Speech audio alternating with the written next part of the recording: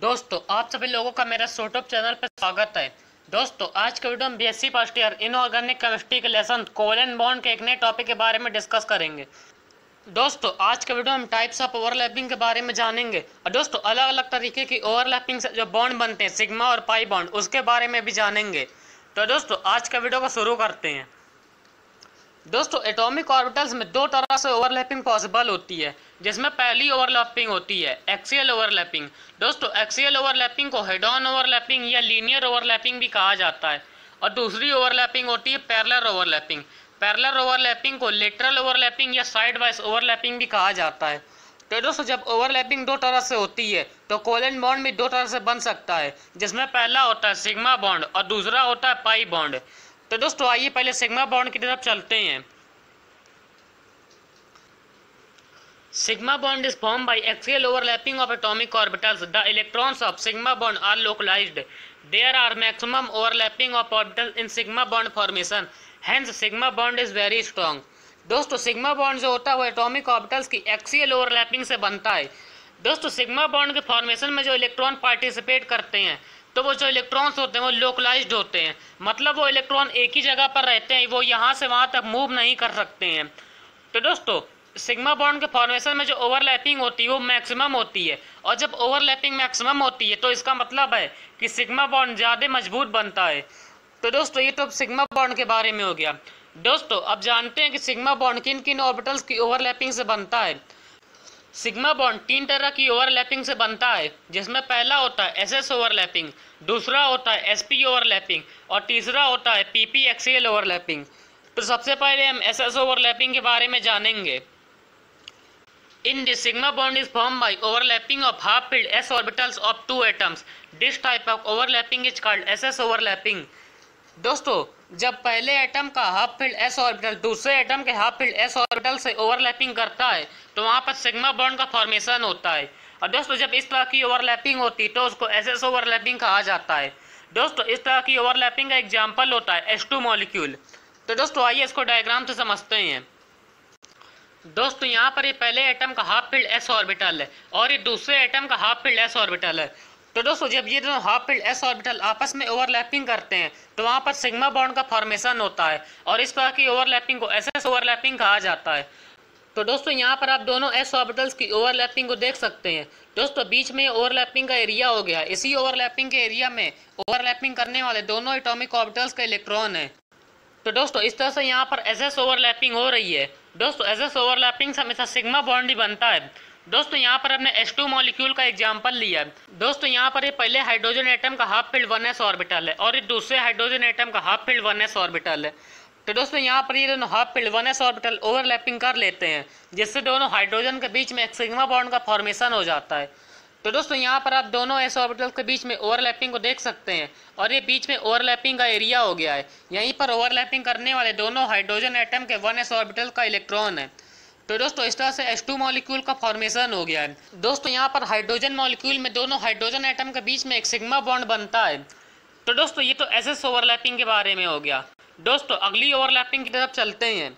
दोस्तों अगली ओवरलैपिंग होती है SP overlapping. In this sigma bond is formed by overlapping of half filled s orbital of first atom and half filled p orbital of second atom. This type of overlapping is called sp overlapping. दोस्तों जब पहले atom का half field S orbital और दूसरे atom का half field P orbital overlapping करते हैं तो वहाँ पर भी सिग्मा बॉन्ड का फॉर्मेशन होता है और इस तरह की ओवरलैपिंग को एसपी ओवरलैपिंग कहा जाता है। दोस्तों इस तरह की ओवरलैपिंग का एग्जाम्पल होता है HCl मॉलिक्यूल, HF मॉलिक्यूल। तो दोस्तों आइए इस ओवरलैपिंग को भी डायग्राम से समझते हैं। दोस्तों यहाँ पर ये पहले एटम का हाफ फील्ड एस ऑर्बिटल हो गया है और दोस्तों ये दूसरे एटम का हाफ फील्ड पी ऑर्बिटल हो गया है। दोस्तों यहाँ पर पी ऑर्बिटल में आप कोई भी लिख सकते हैं, px ले लीजिए, py ले लीजिए या pz ले लीजिए।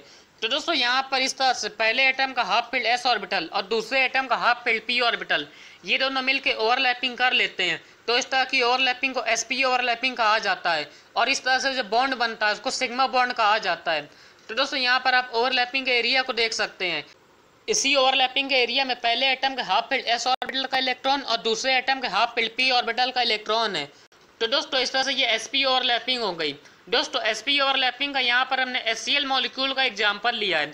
दोस्तों यहाँ पर एक क्लोरीन एटम का 3p ऑर्बिटल हो गया है। इसमें 3px और 3py दोनों ऑर्बिटल फुल फील्ड है, लेकिन जो 3pz ऑर्बिटल ये हाफ फील्ड है।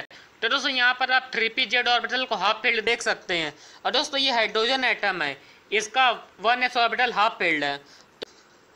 तो दोस्तों यहाँ पर हाइड्रोजन एटम का half filled 1s orbital chlorine atom के half filled 3pz atomic orbital के साथ ओवरलैपिंग कर लेता है, जिससे इन दोनों के बीच में एक सिग्मा बॉन्ड का फॉर्मेशन हो जाता है।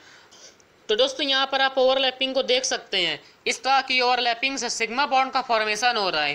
तो दोस्तों इस तरह से क्लोरीन एटम और हाइड्रोजन एटम के ऑर्बिटल्स की ओवरलैपिंग से HCl मॉलिक्यूल का फॉर्मेशन हो गया है। तो दोस्तों ये sp ओवरलैपिंग का एग्जाम्पल हो गया। दोस्तों अगली ओवरलैपिंग की तरफ चलते हैं। दोस्तों अगली ओवरलैपिंग है pp axial overlapping.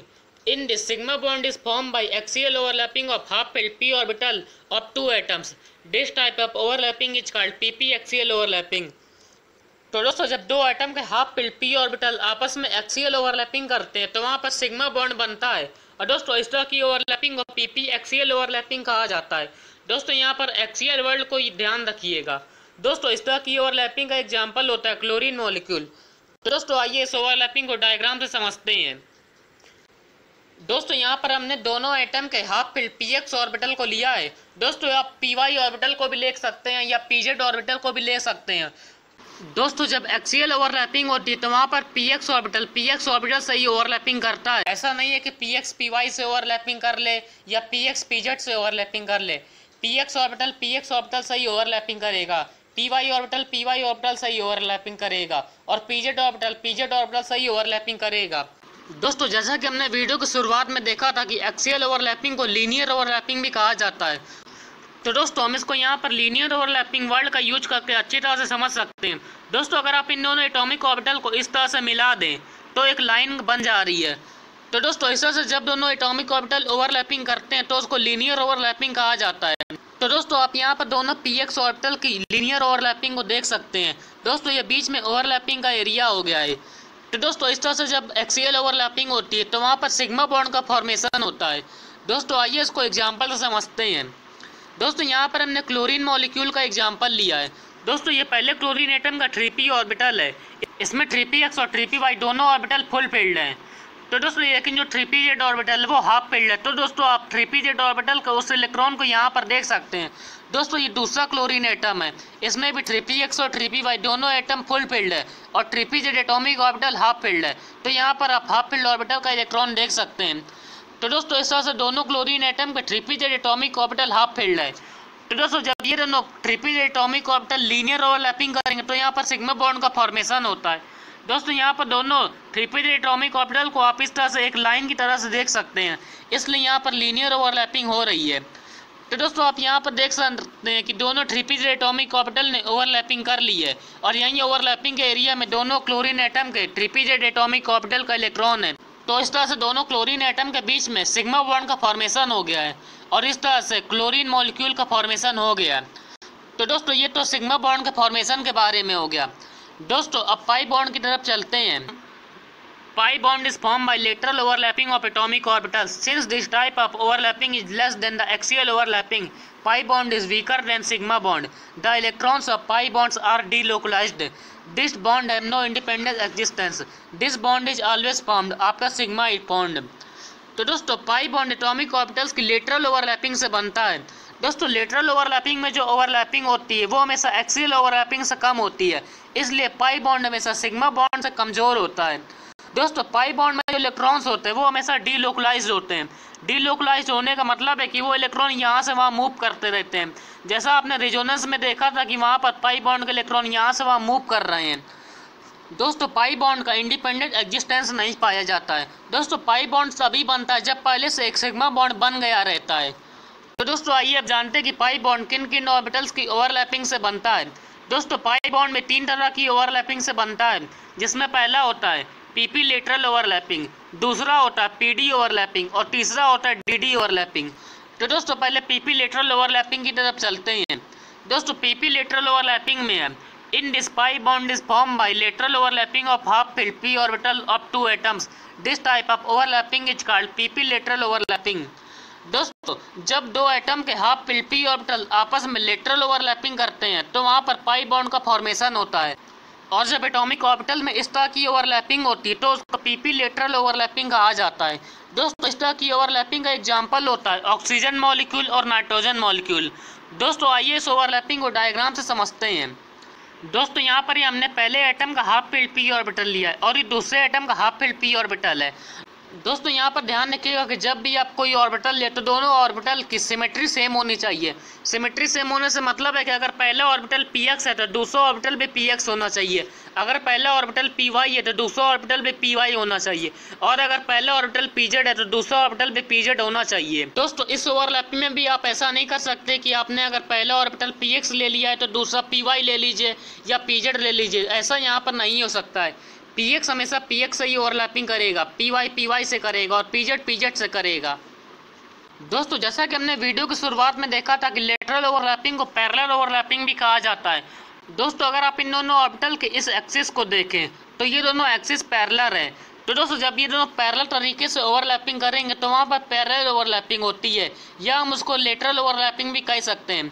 तो दोस्तों यहाँ पर आप देख सकते हैं कि दोनों p ऑर्बिटल ने लेटरल ओवरलैपिंग कर ली है। दोस्तों ओवरलैपिंग को इस तरह से होती है, लेकिन जो हमने बुक्स में देखा होगा या जब हम दिखाते हैं तो हम उस ओवरलैपिंग को इस तरह से दिखाते हैं। तो दोस्तों इसको इस तरह से दिखाया जाता है, अगर ये पहले एटम का हाफ p ऑर्बिटल है और ये दूसरे एटम का हाफ p ऑर्बिटल है तो इन दोनों ऑर्बिटल के बीच में एक डॉटेड लाइन खींच दी जाती है। इस तरह से एक डॉटेड लाइन ऊपर खींची जाती है और एक डॉटेड लाइन नीचे खींची जाती है, तो इस तरह से पाई बॉन्ड का फॉर्मेशन हो जाता है। दोस्तों आइए इसको एग्जांपल से समझते हैं। दोस्तों यहाँ पर हमने नाइट्रोजन मॉलिक्यूल का एग्जांपल लिया है। दोस्तों यहाँ पर पहले नाइट्रोजन एटम का 2p ऑर्बिटल है, इसमें 2px 2py और 2pz तीनों एटॉमिक ऑर्बिटल्स हाफ फिल्ड है, और ये दूसरे नाइट्रोजन एटम का 2p ऑर्बिटल है, इसमें भी 2px 2py और 2pz तीनों एटॉमिक ऑर्बिटल्स हाफ फिल्ड है। तो दोस्तों यहाँ पर दोनों नाइट्रोजन एटम के 2px 2py और 2pz तीनों एटॉमिक ऑर्बिटल्स को ओवरलैपिंग करनी है। दोस्तों आप यहाँ पर दोनों नाइट्रोजन एटम के 2px ऑर्बिटल को एक लाइन की तरह से देख सकते हैं इस तरह से।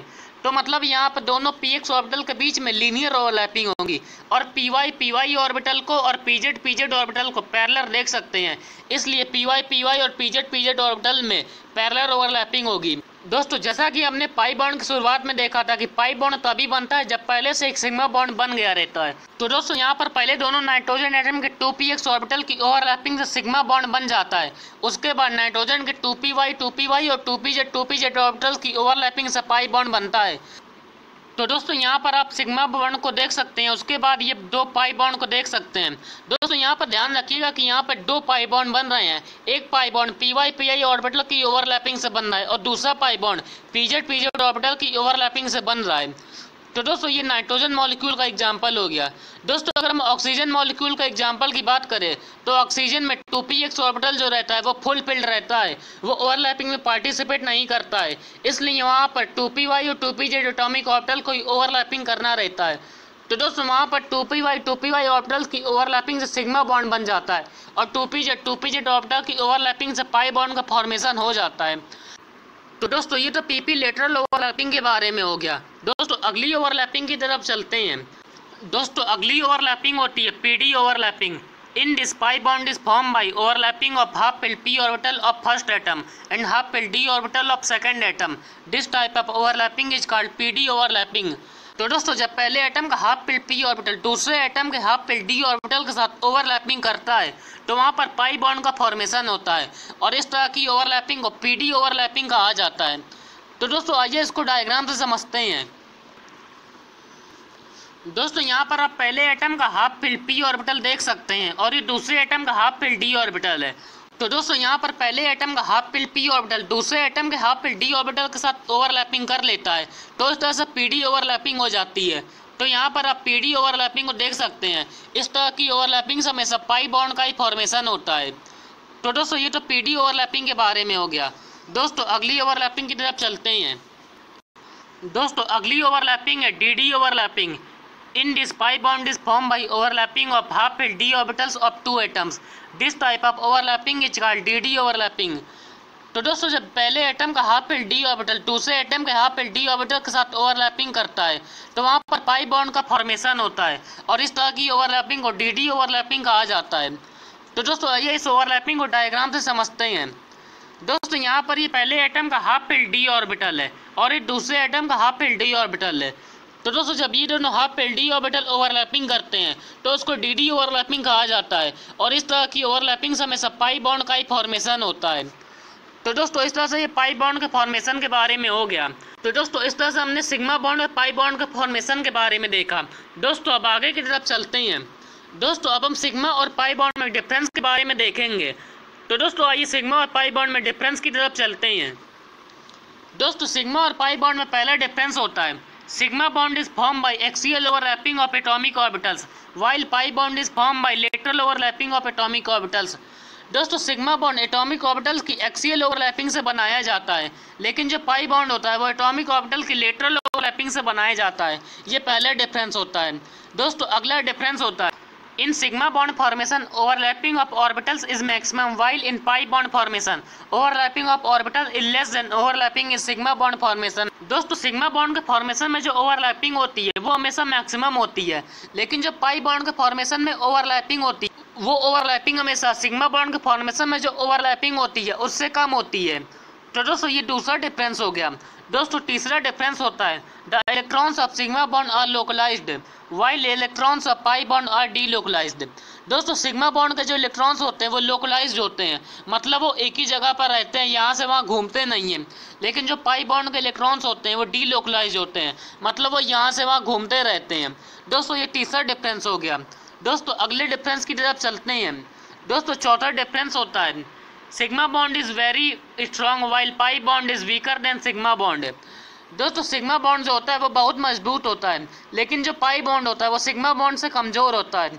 दोस्तों ये चौथा डिफरेंस होता है। दोस्तों पांचवा डिफरेंस होता है sigma bond is less reactive while pi bond is highly reactive. दोस्तों सिग्मा बॉन्ड जो होता है वो कम रिएक्टिव होता है, लेकिन पाई बॉन्ड ज़्यादा रिएक्टिव होता है। दोस्तों ये पांचवा डिफरेंस हो गया। दोस्तों अगला डिफरेंस होता है sigma bond affect the geometry of molecules while pi bond does not affect the geometry of molecules. दोस्तों सिग्मा बॉन्ड जो होता है वो मॉलिक्यूल की ज्योमेट्री को अफेक्ट करता है, लेकिन जो पाई बॉन्ड होता है वो मॉलिक्यूल की ज्योमेट्री को अफेक्ट नहीं करता है। दोस्तों ये छठा डिफरेंस हो गया। दोस्तों अगले डिफरेंस की तरफ चलते हैं। दोस्तों सातवां डिफरेंस होता है hybridization depends upon sigma bond while hybridization does not depend upon pi bond. दोस्तों हाइब्रिडाइजेशन जो होता है वो सिग्मा बॉन्ड पर डिपेंड करता है, लेकिन जो हाइब्रिडाइजेशन है वो पाई बॉन्ड पर डिपेंड नहीं करता है। दोस्तों ये सातवां डिफरेंस हो गया। दोस्तों आठवां डिफरेंस होता है sigma bond has independent existence while pi bond has no independent existence. दोस्तों सिग्मा बॉन्ड का इंडिपेंडेंट एग्जिस्टेंस होता है, मतलब वो अकेले बन सकता है, लेकिन जो पाई बॉन्ड होता है उसका इंडिपेंडेंट एग्जिस्टेंस नहीं होता है। पाई बॉन्ड तभी बनता है जब पहले एक सिग्मा बॉन्ड बन गया रहता है। दोस्तों ये आठवां डिफरेंस हो गया। दोस्तों लास्ट डिफरेंस होता है free rotation is possible about sigma bond while free rotation is not possible about pi bond. दोस्तों सिग्मा बॉन्ड के अबाउट फ्री रोटेशन पॉसिबल होता है, लेकिन पाई बॉन्ड के अबाउट फ्री रोटेशन पॉसिबल नहीं होता है। तो दोस्तों ये तो सिग्मा और पाई बॉन्ड में डिफरेंस के बारे में हो गया। दोस्तों आइए आगे की तरफ चलते हैं। दोस्तों जब दो एटम के बीच में सिंगल बॉन्ड बनता है तो वहाँ पर केवल एक सिग्मा बॉन्ड रहता है। दोस्तों इसका एग्जाम्पल होता है H2 मॉलिक्यूल। दोस्तों H2 मॉलिक्यूल में एक सिंगल बॉन्ड रहता है, इसका मतलब वहाँ पर एक सिग्मा बॉन्ड पाया जाता है। दोस्तों अगर दो एटम के बीच में एक डबल बॉन्ड बन रहा है तो वहाँ पर एक सिग्मा बॉन्ड और एक पाई बॉन्ड रहता है। दोस्तों इसका एग्जाम्पल होता है ऑक्सीजन मॉलिक्यूल। दोस्तों ऑक्सीजन मॉलिक्यूल में एक सिग्मा बॉन्ड रहता है और एक पाई बॉन्ड रहता है। दोस्तों अगर दो एटम के बीच में ट्रिपल बॉन्ड का फॉर्मेशन हो रहा है तो वहाँ पर एक सिग्मा बॉन्ड रहता है और दो पाई बॉन्ड रहता है। दोस्तों इसका एग्जाम्पल होता है नाइट्रोजन मॉलिक्यूल। दोस्तों नाइट्रोजन मॉलिक्यूल में एक सिग्मा बॉन्ड रहता है और दो पाई बॉन्ड रहता है। तो दोस्तों इस तरह से हमने देखा कि अगर दो एटम के बीच में सिंगल बॉन्ड बने, डबल बॉन्ड बने या ट्रिपल बॉन्ड बने, उनके बीच में सिग्मा बॉन्ड हमेशा एक ही बनता है, लेकिन पाई बॉन्ड अलग अलग बनता है। अगर सिंगल बॉन्ड है तो पाई बॉन्ड एक भी नहीं बनेगा, अगर डबल बॉन्ड है तो एक पाई बॉन्ड बनेगा, और अगर ट्रिपल बॉन्ड है तो वहाँ पर दो पाई बॉन्ड बनता है। तो दोस्तों इस तरह से हमारा आज का वीडियो कंप्लीट होता है। दोस्तों उम्मीद करता हूँ आप लोग को मेरा वीडियो अच्छा लगा होगा। दोस्तों फिर मिलेंगे एक और नए वीडियो के साथ।